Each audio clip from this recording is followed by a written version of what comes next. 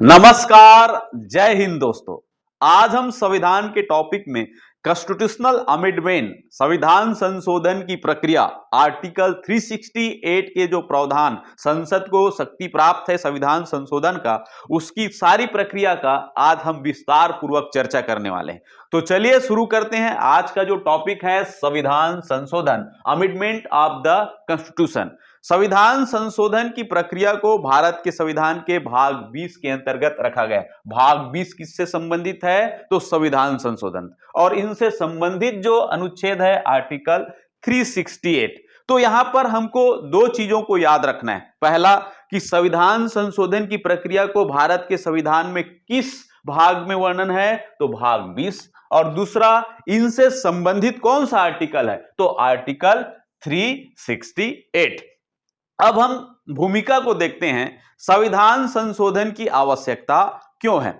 हर देश के संविधान और कानून में समय के अनुसार से परिवर्तन होते रहना चाहिए। मतलब देश काल पात्र के अनुसार से संविधान में या कानून में बदलाव होना चाहिए। केवल कानून या संविधान में नहीं, समाज में या जो भी व्यवस्थाएं देश को चलाने वाली होती है उसमें भी समय के साथ बदलाव होना चाहिए। जैसे ठहरा हुआ पानी बदबू देता है, उसी प्रकार से जो जटिल संविधान होता है या कानून होता है जिसमें बदलाव की कोई गुंजाइश नहीं, समय के साथ वही चीज जो है जड़ता लाती है और संविधान और कानून को स्वतः नष्ट कर सकती है। इसीलिए समय समय पर परिवर्तन होना चाहिए। परिवर्तन प्रकृति का नियम है। तो इसलिए संविधान सभा ने इस बात को स्वीकार किया है कि संविधान संशोधन की प्रक्रिया के लिए जगह होनी चाहिए। आर्टिकल 368 में भारत के संविधान ने बहुत खूबसूरती के साथ संविधान संशोधन की प्रक्रिया को रखा है। डॉक्टर भीमराव अंबेडकर ने कहा है कि ये जो संविधान बना है वो अंतिम नहीं है, न ही निर्दोष है। समय के अनुसार से इसमें क्या होने चाहिए? बदलाव होना चाहिए। इसीलिए संविधान संशोधन की प्रक्रिया को भारत के संविधान में जगह दिया है। अब देखते हैं पूरी प्रक्रिया। यूएसए और ऑस्ट्रेलिया जैसे डेमोक्रेटिक देश में संविधान संशोधन की प्रक्रिया काफी जटिल है। तो हमारे देश में न तो संविधान कठोर है न लचीला है, दोनों के बीच में सम्मिश्रण है। मतलब दोनों का मिला जुला है, न तो ज्यादा कठोर है न तो ज्यादा लचीला है। मतलब हम समय के अनुरूप उसमें क्या कर सकते हैं? संशोधन कर सकते हैं। तो भारत का संविधान न तो कठोर है न तो लचीला है, यद्यपि दोनों का सम्मिश्रण है। अब इससे संबंधित हम बहुत सारे बात को पिछले वीडियो के माध्यम से समझे हैं। तो इसमें सबसे जो महत्वपूर्ण अमेंडमेंट हुआ था, 24वां संविधान संशोधन जो है, किसके माध्यम से? 1971। सॉरी, कौन सा? 24वां संविधान संशोधन कब हुआ है? 1971 में।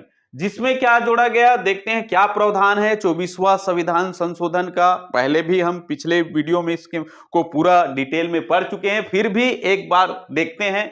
24वां संविधान कहता है कि आर्टिकल 13(2) में संशोधन कर नया वाक्यांश जोड़ा गया कि आर्टिकल 368 के तहत पारित कोई भी विधि आर्टिकल 13(2) के शब्द में शामिल नहीं है। आर्टिकल 13(2) जो है विधि की परिभाषा को निर्देशित करता है, और यहां पर स्पष्ट प्रावधान किया गया है 24वां संविधान संशोधन में, जो भी संसद जो है संविधान संशोधन करेगी 368 के प्रावधान में रह करके, अनुच्छेद 368 के प्रावधानों में रह करके संसद कोई भी विधि बनाएगा वो आर्टिकल 13(2) से संबंधित नहीं है। उसमें जो वाक्यांश है, जो विधि शब्द है, उसके परिभाषा के अंतर्गत नहीं आता। ये 24वें संविधान संशोधन 1971 में ये प्रावधान दिया गया। उसके बाद हम देखते हैं आर्टिकल 368 में 24वां संविधान संशोधन के माध्यम से क्या बदलाव आया।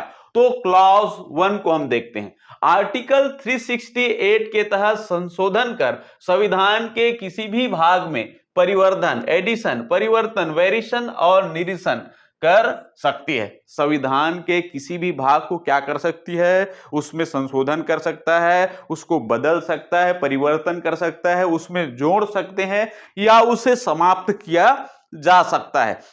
तो ये आर्टिकल 368 का क्लॉज 1 कहता है, जिसको 24वें संविधान संशोधन के माध्यम से जोड़ा गया। अब क्लॉज 2 को देखते हैं आर्टिकल 368 का। तो आर्टिकल 368 का क्लॉज 2 कहता है कि 368 के तहत संशोधन विधेयक को राष्ट्रपति की स्वीकृति देने के लिए बाध्य होगा। राष्ट्रपति को स्वीकृति देना यहां पर बाध्य होगा। अनुच्छेद 368 जो संविधान संशोधन होता है उसके लिए राष्ट्रपति की पूर्व अनुमति की आवश्यकता नहीं है, वो बाध्य है, इनके ऊपर पूरा उनको स्वीकृति देना ही पड़ेगा, न ही वो पुनर्विचार के लिए लौट आ सकते हैं। तो आर्टिकल 368 का क्लास 2 जो है कहता है कि राष्ट्रपति जो है इस विधेयक के ऊपर जो 368 अनुच्छेद के तहत संशोधन किया गया है उसको अनुमति देने के लिए वह क्या है, बाध्य है।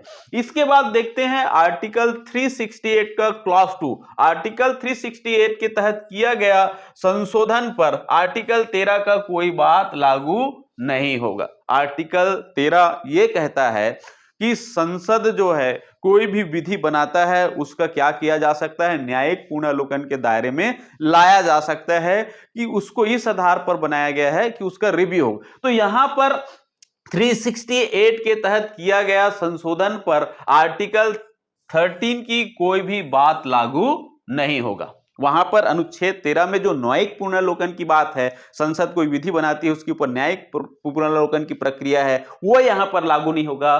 तो इस प्रकार से 24वां संविधान संशोधन हुआ 1971 में। तो दो जगह प्रावधान हुआ, एक तो आर्टिकल 13(2) में जो वाक्यांश बदले गए कि 368 अनुच्छेद के तहत जो भी संविधान संशोधन होगा वो विधि की परिभाषा में शामिल नहीं है, जैसा कि 13(2) में वर्णित है।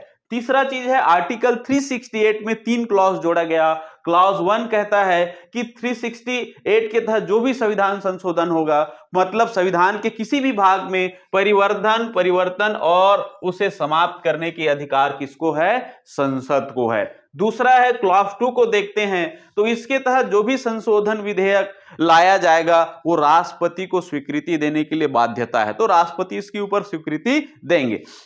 तीसरा क्लॉज कहता है कि 368 के तहत किया गया संशोधन आर्टिकल 13 के प्रावधानों के अंतर्गत नहीं आएगा। न्यायिक पुनर्विलोकन की जो समीक्षा होती है, संसद कोई भी विधि बनाती है तो उसकी न्यायिक पुनर्विलोकन किया जा सकता है अगर वो अल्पीकरण और असंगत करने वाली विधि है। तो ये बात 368। इसके बाद हम केशवानंद भारती बनाम जो केरल राज्य का जो वाद आया था 1973 में, जिसको हम पहले भी पढ़ चुके हैं, उसमें सुप्रीम कोर्ट ने स्पष्ट निर्णय दिया कि 24वां संविधान संशोधन हुआ है 1971 में वो वैध है, समझ में आ रहा है, उसको वैधता प्रदान किया।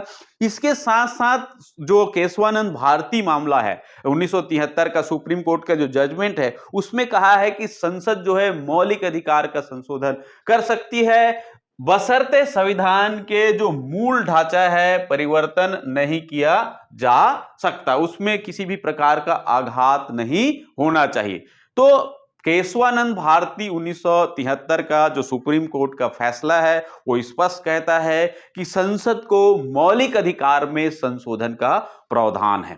तो लेकिन क्या है उसमें बाध्यता, क्या चीज है कि जो संविधान का बेसिक स्ट्रक्चर है, जो मूल ढांचा है, उसको आघात नहीं पहुंचना चाहिए। यह है केशवानंद भारती 1973 का जो सुप्रीम कोर्ट का जजमेंट। अब देखते हैं संविधान संशोधन की प्रक्रिया, किस प्रकार से संविधान संशोधन होती है। तो संविधान संशोधन का प्रारंभ जो है संसद के किसी भी सदन में प्रयोजन के लिए विधेयक लाया जा सकता है। मतलब संविधान संशोधन से संबंधित जो भी बिल है, संसद की 2 सदन है, किसी भी सदन पर लाया जा सकता है। लोकसभा में या तो पुनर्स्थापित किया जा सकता है या राज्यसभा में, समझ में आ रहा है। और राज्य विधानमंडल को यह अधिकार नहीं है। याद रखना, राज्यों को विधानमंडल को भी कानून बनाने का अधिकार दिया है, लेकिन संविधान संशोधन की प्रक्रिया जो है केवल संसद को प्राप्त है, किसी भी विधानमंडल को प्राप्त नहीं है। यह पहला पॉइंट। विधेयक को किसी मंत्री या गैर सरकारी सदस्य के द्वारा कहां प्रस्तुत किया जा सकता है? किसी भी सदन में, और इसके लिए राष्ट्रपति की पूर्व अनुमति की आवश्यकता नहीं है। संविधान संशोधन की केस में राष्ट्रपति से पूर्व अनुमति के संदर्भ में स्वीकृति की आवश्यकता नहीं है, जैसे कि साधारण विधेयक के संदर्भ में होती है। साधारण विधेयक के संदर्भ में राष्ट्रपति की पूर्व अनुमति की आवश्यकता होती है, खास करके कुछ राज्यों के निर्माण वगैरह में। तो इस प्रकार से जो संविधान संशोधन की प्रक्रिया है, उसमें जो विधेयक लाया जाएगा उसके लिए राष्ट्रपति से किसी भी प्रकार की पूर्व अनुमति की आवश्यकता नहीं है। इसको अच्छे से याद रखना है। विधेयक को दोनों सदन में विशेष बहुमत से पारित करना अनिवार्य है। विशेष बहुमत का मतलब है सदन की कुल सदस्य संख्या के आधार पर सदन में उपस्थित सदस्यों की जो उपस्थिति है वो 2/3 होना चाहिए। 2/3 बहुमत से मतदान होने पर ही संविधान संशोधन की प्रक्रिया पूर्ण होती है। और दोनों जो इस विधेयक को प्रत्येक सदन में अलग अलग पारित करना अनिवार्य है। जो विधेयक कैसे पारित होगा? एक तो उपस्थित जो सदस्य है, संसद के सदस्य है, उनकी संख्या कितनी होनी चाहिए? 2/3 होना चाहिए, तभी वो क्या कहलाएगा? विशेष बहुमत कहलाएगी। और दोनों सदन में, लोकसभा और राज्यसभा में, इसको अलग अलग इसी विशेष बहुमत से क्या होगा? पारित होगी, तब ये विधेयक। और इसके ऊपर संयुक्त बैठक का प्रावधान नहीं है। अगर किसी भी प्रकार का विधेयक के संदर्भ में लोकसभा और राज्यसभा के बीच क्या होती है? असहमति बनती है या विरोध की बात उठती है, तो संयुक्त जो बैठक है, संयुक्त सभा की बैठक की प्रावधान नहीं है। संयुक्त बैठक की प्रावधान नहीं है। जैसे साधारण विधेयक के संदर्भ में होता है कि जब विवाद की स्थिति बनती है, किसमें? राज्यसभा और लोकसभा के अंतर्गत, तो संयुक्त बैठक का प्रावधान दिया गया है। तो संविधान संशोधन विधेयक में संयुक्त बैठक का प्रावधान नहीं है। तो एक दो चीज यहां पर इंपॉर्टेंट है हमको देखने के लिए, राष्ट्रपति की पूर्व अनुमति की आवश्यकता नहीं है, और विवाद की स्थिति में अगर असहमति बनता है, उस कंडीशन में क्या होगा? संयुक्त बैठक का प्रावधान नहीं है। इसको याद रखना। पांचवा, संविधान संशोधन विधेयक संघीय व्यवस्था पर हो, संघ के मामला हो, संघीय व्यवस्था पर हो, तो आधे राज्यों के विधान मंडल से भी सामान्य बहुमत से पारित होना चाहिए। संविधान संशोधन की कई प्रकार है। एक तो साधारण है, जिसको हम संविधान संशोधन 368 से बाहर रखते हैं। दूसरा है विशेष बहुमत वाला, और तीसरा है विशेष बहुमत प्लस आधे राज्यों की जो सामान्य बहुमत द्वारा पारित हुआ वाला विधेयक। तो ये जो कंडीशन है, तीसरा कंडीशन वाला है, ऐसा जो विषय जो संघीय ढांचा को परिवर्तित करता है, संविधान के संघीय ढांचा को परिवर्तित करती है, तो ऐसे कंडीशन में जो संविधान संशोधन होगा, तो संसद की दोनों सदनों में तो विशेष बहुमत से पारित होगा ही साथ देश के आधे राज्यों के विधानमंडल में साधारण बहुमत के द्वारा संकल्प पारित होगा, तभी यह क्या होगा? संघीय ढांचा में संविधान संशोधन माना जाएगा। आगे हम बढ़ते हैं। संसद के दोनों सदनों में पारित होने के बाद विधानमंडलों की संस्तुति के बाद जहां आवश्यक हो, राष्ट्रपति के लिए सहमति के पास भेजा जाता है। अब जब संसद से जो विशेष बहुमत वाला है, खास करके दोनों सदनों से पारित होगा, और जो आधे राज्यों से सहमति मिलने के बाद विधेयक कहां जाएगी? राष्ट्रपति के पास। तब राष्ट्रपति उस विधेयक के ऊपर अंतिम रूप से क्या करते हैं? हस्ताक्षर करेंगे। राष्ट्रपति विधेयक को सहमति देंगे, ना तो विधेयक को अपने पास रख सकते, न पुनर्विचार के लिए वो भेज सकते। तो इसके लिए 24वां संविधान संशोधन हुआ था 1971 में, यह प्रावधान दिया गया है। समझ में आ रहा है? 24वां संविधान संशोधन 1971 का 368 का क्लास 2 368 में क्लास 2 जोड़ा गया। वहां पर स्पष्ट किया कि राष्ट्रपति जो है विधेयक पर क्या देंगे? अनुमति देने के लिए बाध्य है। न तो वो विधेयक को अपने पास रख सकते, पॉकेट वीटो का प्रयोग कर सकते, न ही विधेयक को पुनर्विचार के लिए संसद के पास भेज सकता। जैसे साधारण विधेयक या कुछ विधेयकों को राष्ट्रपति को पावर है कि वो जेबी वीटो का प्रयोग कर सकता है, साथ ही साथ पुनर्विचार के लिए वो दूसरे के पास भेज सकते हैं। तो इंपॉर्टेंट है कौन सा संविधान संशोधन? 24वां संविधान संशोधन 1971। ये इंपॉर्टेंट प्रश्न बनता है, इसको याद रखना। राष्ट्रपति के सहमति के बाद विधेयक संविधान संशोधन अधिनियम बन जाता है और इसे संविधान संशोधन के माध्यम से मतलब संविधान में अधिनियम में शामिल हो जाता है। अब राष्ट्रपति की जो अंतिम रूप से किसी विधेयक के ऊपर क्या हो गया, सिग्नेचर बन गया, मतलब बिल अब एक्ट में कन्वर्ट हो गया। मतलब जो विधेयक सदन में लाया गया था संविधान संशोधन के लिए उसको हम बिल कहते हैं, अब वो बिल किस में चेंज हो गया, एक्ट बन गया। विधेयक किस में बदल गया, अधिनियम में। किसके सिग्नेचर के बाद, राष्ट्रपति के सिग्नेचर के बाद। अब उसको कहां जगह मिल गई, संविधान में जगह मिल गई। उस अधिनियम को कहां जुड़ गई, वो भारत के संविधान में जुड़ गया, उनका हिस्सा बन गया। देखेंगे संविधान संशोधन की प्रकार, कितने प्रकार के संविधान संशोधन होती। तो संविधान संशोधन का 3 प्रकार है। पहला है संसद के साधारण बहुमत द्वारा संशोधन। संसद के साधारण बहुमत के द्वारा जो संशोधन होता है उसको 368 के दायरे से बाहर रखा गया है। अनुच्छेद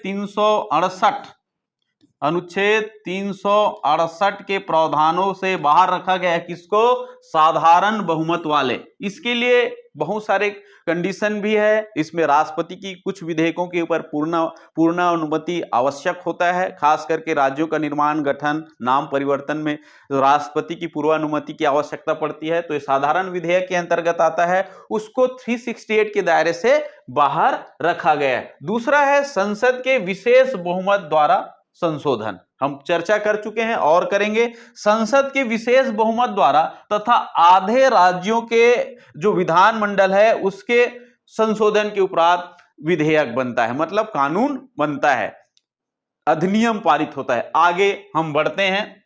सबसे पहले हम देखेंगे साधारण बहुमत द्वारा। साधारण बहुमत द्वारा संविधान में किस प्रकार से परिवर्तन होता है। और सबसे पहले यहां पर एक चीज हमको याद रखना है कि ये 368 के दायरे से बाहर होता है। 368 के दायरे से बाहर होता है। तो इसमें क्या है, नए राज्यों का प्रवेश, आर्टिकल नंबर 2, नए राज्यों का गठन, आर्टिकल 2 में, निर्माण, क्षेत्र, सीमाओं और नाम में परिवर्तन, आर्टिकल 3, इसके अंतर्गत प्रावधान होता है साधारण विधेयक के द्वारा या साधारण बहुमत के द्वारा जो संविधान संशोधन होता है। तो उसमें नए राज्यों का प्रवेश, गठन, निर्माण, क्षेत्र, सीमाओं और नाम में परिवर्तन किया जाता है। अगर बात दूसरी अनुसूची का हो, जैसे राष्ट्रपति, राज्यपाल, लोकसभा अध्यक्ष, न्यायाधीशों आदि के लिए परिलब्धियां, भत्ते और विशेषाधिकार से संबंधित है, तो भी ये साधारण बहुमत के द्वारा संशोधन किया जा सकता है। राज्य विधान परिषद की निर्माण और उसकी समाप्ति, भारत के बहुत सारे राज्य, खास करके 6 राज्यों में अभी विधान परिषद का गठन हुआ है, तो उसको विधान परिषद की गठन जो है साधारण बहुमत के द्वारा होगा और उसकी समाप्ति भी करना है तो साधारण बहुमत के द्वारा। संसद में जो गण पूर्ति है, संख्या के लिए जो गण पूर्ति है वो उससे संबंधित, संसद सदस्यों के वेतन और भत्तों की निर्धारण करने के लिए जो विधेयक है, संसद में प्रक्रिया नियम बनाने की, और संसद इसके सदस्यों और इनकी समितियों की जो विशेषाधिकार, संसद सदस्यों और उनके विशेषाधिकार, जो भी समिति है उनका विशेषाधिकार से संबंधित जो प्रावधान होगा वो साधारण बहुमत द्वारा तय होंगे। संसद में अंग्रेजी भाषा का प्रयोग, उच्चतम न्यायालय में अवर न्यायाधीशों की संख्या, उच्चतम न्यायालय में न्याय क्षेत्र से ज्यादा महत्व प्रदान करना, राजभाषा का प्रयोग करना, नागरिकता की प्राप्ति एवं समाप्ति, नागरिकता की प्राप्ति एवं समाप्ति जो है साधारण बहुमत के द्वारा तय होंगे, मतलब संशोधन होगी संसद में तो साधारण बहुमत के द्वारा होगी। संसद एवं राज्य विधानमंडल के लिए निर्वाचन, संसद एवं राज्य विधानमंडल के लिए निर्वाचन और निर्वाचन क्षेत्रों में का पुनर्निर्धारण, तो ये है संसद की सामान्य बहुमत के द्वारा, साधारण बहुमत के द्वारा जो संविधान संशोधन होती है, जिसको हम 368 के दायरे से बाहर भी रखे हैं। तो आइए हम देखते हैं अब दूसरा, संसद की विशेष बहुमत द्वारा।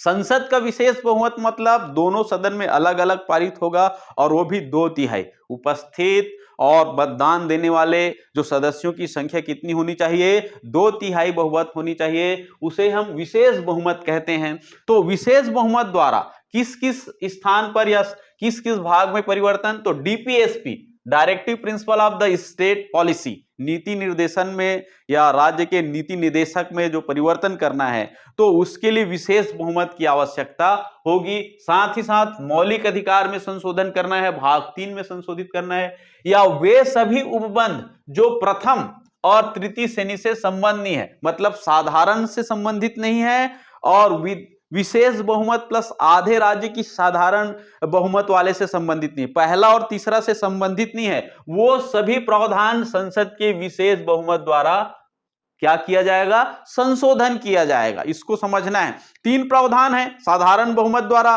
विशेष और तीसरा है विशेष प्लस आधे राज्य का साधारण बहुमत। तो पहला और तीसरा को छोड़ करके जो भी प्रावधान होगा वो दूसरे कैटेगरी के अंतर्गत आएगा, संसद के केवल विशेष बहुमत द्वारा संशोधित किया जा सकता है। तो इसमें तो हम पहले पढ़ चुके हैं कि राज्य के नीति निदेशक तत्व और मौलिक अधिकार से संबंधित जो भी प्रावधान है वो इसके अंतर्गत आता है। तीसरा है जो दोनों में वर्णित नहीं है, ये होगा। अब देखते हैं संसद का विशेष बहुमत प्लस राज्यों की साधारण बहुमत के द्वारा जो संविधान संशोधन होती है तो कौन कौन से विषय है उसको हमको देखना है, ये इंपॉर्टेंट चीज है।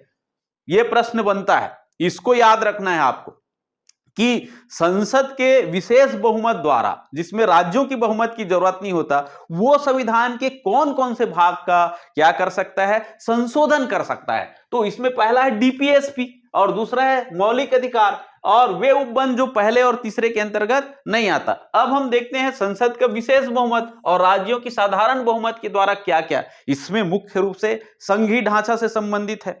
तो तीसरा वाला जो मामला है उसमें जो संशोधन होगा वो भारत के संविधान के संघीय ढांचा से संबंधित होगी, इसको याद रखना, ये मेन पॉइंट है। विशेष बहुमत प्लस आधे राज्यों का जो प्रावधान दिया है साधारण बहुमत द्वारा, उसमें संघीय ढांचा का क्या होता है, संविधान संशोधन की प्रक्रिया लाया जाता है। जैसे राष्ट्रपति का निर्वाचन और इनसे संबंधित जो भी प्रक्रियाएं हैं उसका संशोधन, केंद्र और राज्य के कार्यकारिणी शक्तियों का विस्तार, याद कर लीजिए, राष्ट्रपति से के निर्वाचन की प्रक्रिया और केंद्र और राज्य के कार्यकारिणी शक्तियों में विस्तार।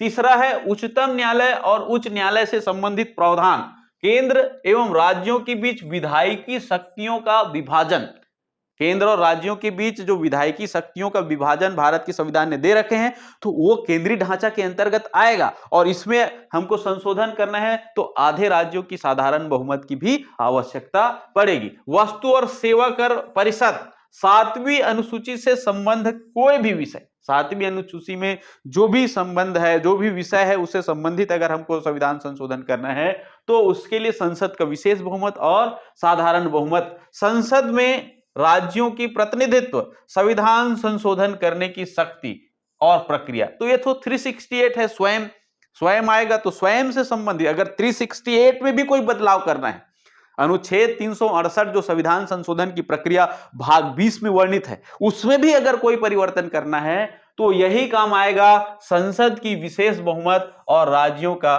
साधारण बहुमत। तो ये है इंपॉर्टेंट फैक्ट जो है किसके अंतर्गत, संविधान संशोधन के अंतर्गत। अब हम इसको एक बार क्विक रिवीजन करते हैं तेजी के साथ और याद करते चलना है। हमको याद रखना है सबसे पहले कि संविधान के भाग 20 में संविधान संशोधन की प्रक्रिया है, आर्टिकल 368।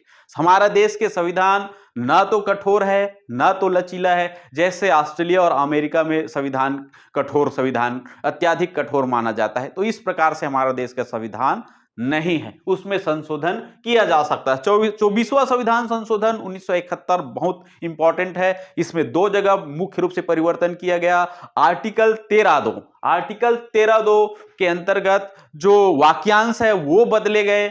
दूसरा चीज है आर्टिकल 368 के अंतर्गत 3 क्लॉज जोड़ दिया गया। पहला क्लॉज है कि संसद जो है किसी भी भाग में परिवर्तन कर सकता है, उसका निरसन कर सकता है, परिवर्धन कर सकता है, ये। दूसरा चीज क्लॉज जोड़ा गया कि राष्ट्रपति को विधेयक के संदर्भ में क्या देना पड़ेगा, बाध्यता दे होगी उसकी, महामहिम राष्ट्रपति जो है 368 के तहत जो भी प्रावधान होंगे उसके लिए वह बाध्य है।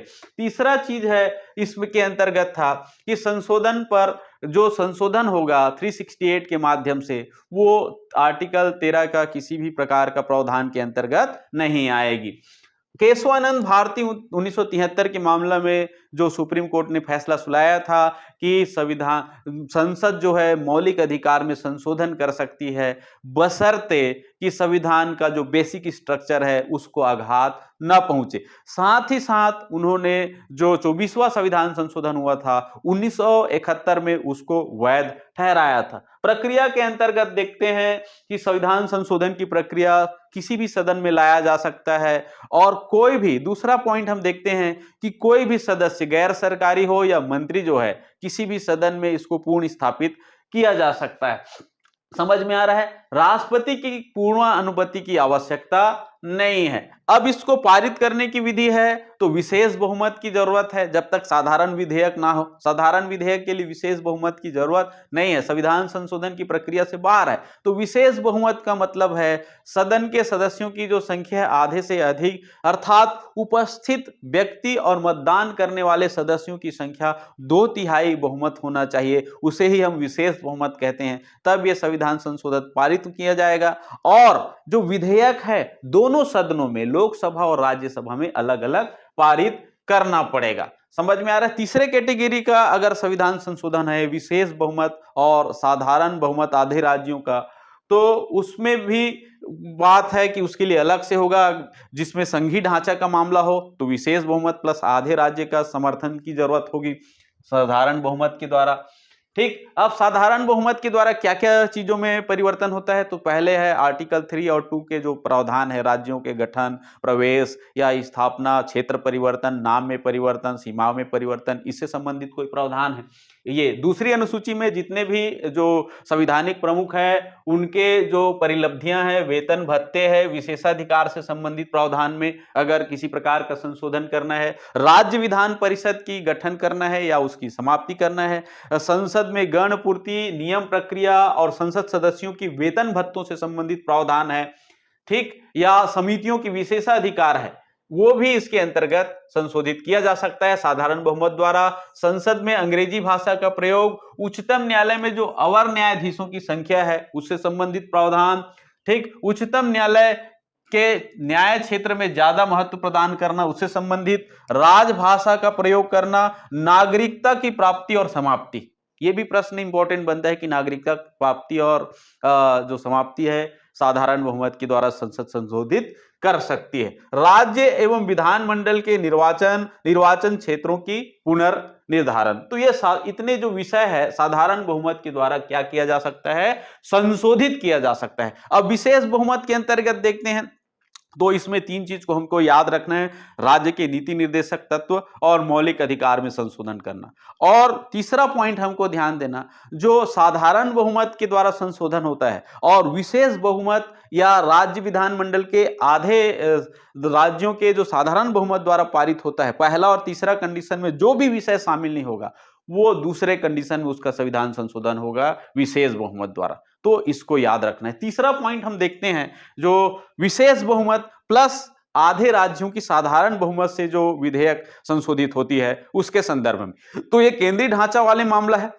तो राष्ट्रपति के निर्वाचन और उसकी प्रक्रिया से संबंधित प्रावधान, केंद्र और राज्य की कार्यकारिणी शक्तियों का विस्तार, उच्चतम न्यायालय और उच्च न्यायालय की व्यवस्था में परिवर्तन, केंद्र और राज्य के बीच विधायी शक्तियों का विभाजन, वस्तु और सेवा कर परिषद और 7वीं अनुसूची से संबंध कोई भी विषय, संसद एवं राज्यों का प्रतिनिधित्व और संविधान संशोधन करने की संसद की शक्ति के लिए प्रक्रिया, 368 अनुच्छेद। तो आज का टॉपिक काफी इंपॉर्टेंट है, दोहराकर आप जरूर देखिए, आपको पूरा कंटेंट याद हो जाएगा और इनसे संबंधित आप जो भी प्रश्न करोगे वो सरलता से बनेंगे और जो भी परीक्षा में आप अपीयर होगो आपको सफलता निश्चित रूप से मिलेगा। आप धैर्य के साथ पढ़िए और आराम से पढ़िए, खुश होकर के पढ़िए। जय हिंद, जय भारत।